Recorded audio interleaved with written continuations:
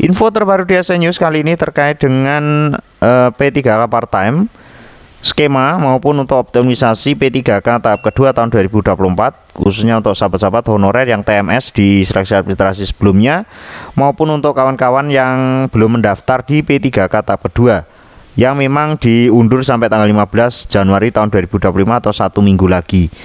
Dan berikut untuk ulasan detailnya. P3K tahun 2024 yang lalu.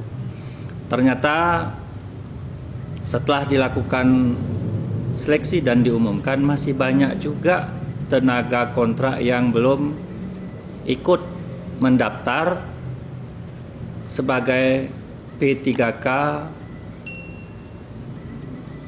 tahun 2024 yang lalu, sehingga pemerintah pusat membuka kembali kesempatan untuk mendaftar sebagai P3K gelombang kedua. Nah, dari data yang ada, ternyata belum semua juga sampai ditutupnya pendaftaran, belum semua P3K di Kabupaten Geluas khususnya dan umumnya di seluruh Indonesia masih banyak yang belum terdaftar. Maka langkah yang dilakukan oleh pemerintah pusat untuk memperpanjang kembali masa pendaftaran bagi teman-teman tenaga kontrak hari ini untuk bisa mendaftar kembali sebagai P3K sampai dengan tanggal 15. Nah, ternyata permasalahan yang ada secara umum, daya tampung dari P3K tenaga kontrak tersebut, bila semua nanti ditampung di dalam P3K, maka kemampuan keuangan daerah untuk membayar gajinya yang tidak cukup. Maka kebijakan berikutnya dibuat oleh pemerintah pusat, bagi yang tidak lulus gelombang pertama, gelombang kedua, maupun tenaga kontrak yang mendaftar sebagai CPNS tapi tidak lulus, diberi kesempatan sebagai tenaga P3K paruh waktu. Nah, itu dia. Bila nanti masih juga tidak terdaftar, tidak cukup keuangan daerah, maka dikhawatirkan mungkin akan terjadi permasalahan-permasalahan di daerah.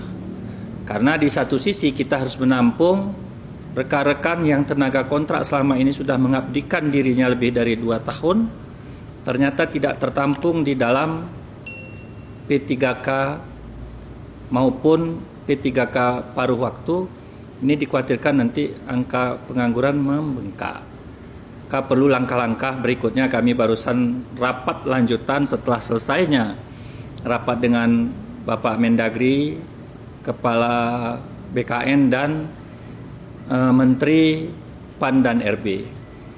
Langkah-langkah yang perlu kami lakukan terhadap pemerintah daerah tadi, kami rencanakan untuk melakukan pelatihan-pelatihan bagi rekan-rekan yang selama ini kontrak di instansi pemerintah, mungkin akan kita salurkan ke perusahaan-perusahaan yang ada di Kabupaten Geluas.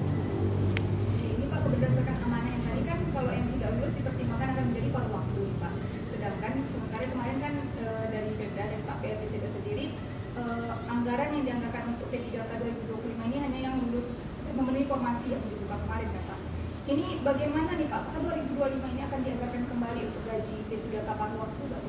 Baik, khusus untuk P3K paruh waktu, sesuai dengan arahan dari Bapak Mendagri, itu dianggarkan melalui kegiatan atau pengadaan barang dan jasa.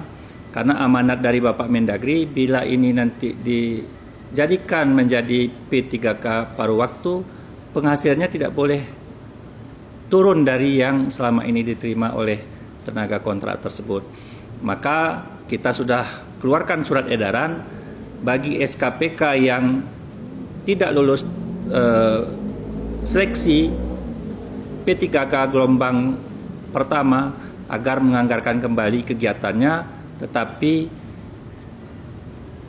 tata cara penganggarannya itu di program kegiatan SKPK masing-masing. Setelah di Juni, tadi kan salah satu yang dikhawatirkan Pak Mendagri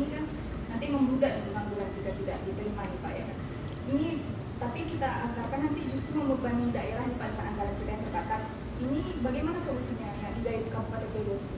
Baik, Bapak Mendagri tadi berbicara itu secara nasional. Memang data di Pulau Jawa itu maupun di kabupaten lain memang angka tenaga kontrak itu cukup besar. Tetapi di Gailwas dengan dibukanya kesempatan pertama sudah diumumkan dan ini dibuka gelombang kedua P3K, saya rasa untuk P3K paruh waktu kita di Kabupaten Gailwas tidak terlalu banyak karena kita patuh dan taat sesuai dengan sesuai dengan Undang-Undang 20 bahwa tahun 2023-2024 daerah dilarang merekrut tenaga kontrak yang baru. Di Kabupaten Gailwas itu kita tidak merekrut kembali. Tidak ada kita rekrut sehingga memang yang ada data di BKN saja yang kita tetap kita pertahankan dari tahun 2023-2024 hanya yang ada di data BKN saja. Kecuali barangkali tenaga kontrak yang sifatnya teknis seperti tenaga kesehatan, tenaga guru. Khusus untuk kesehatan kita memang khususnya lagi untuk dokter spesialis kita memang di Kabupaten Gailwas ini kekurangan sehingga kita ada membuat kontrak baru dengan dokter-dokter spesialis dari luar daerah dan itu kontraknya tahunan. Demikian. Oke, Pak, mungkin ada yang ingin disampaikan Pak kepada tenaga non ASN kita karena kan masih banyak kekhawatiran di antara mereka masalah P3K ini.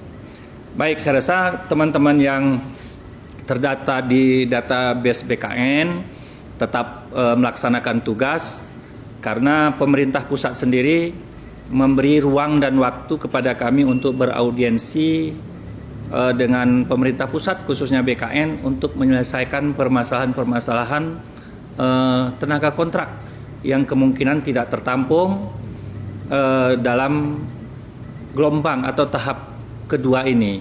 Itu nanti bagaimana teknisnya kami akan berkoordinasi dengan Kementerian PAN, kemudian dengan BKN dan Kementerian Dalam Negeri itu sendiri. Sehingga apa yang dikhawatirkan oleh Bapak Mendagri, pengangguran ini nanti akan meningkat, kemudian muncul permasalahan sosial, insya Allah di Kabupaten Gailwas ini bisa kita atasi, karena di sini juga ada beberapa perusahaan, mungkin kita bisa coba bekerja sama dengan pihak perusahaan untuk menampung tenaga yang selama ini kita anggap cakap dan mampu melaksanakan tugas tetapi tidak tertampung di dalam database BKN. Nah, mengenai anggaran, bila sisa P3K yang tidak tenaga kontrak yang terdata saat ini tidak tertampung,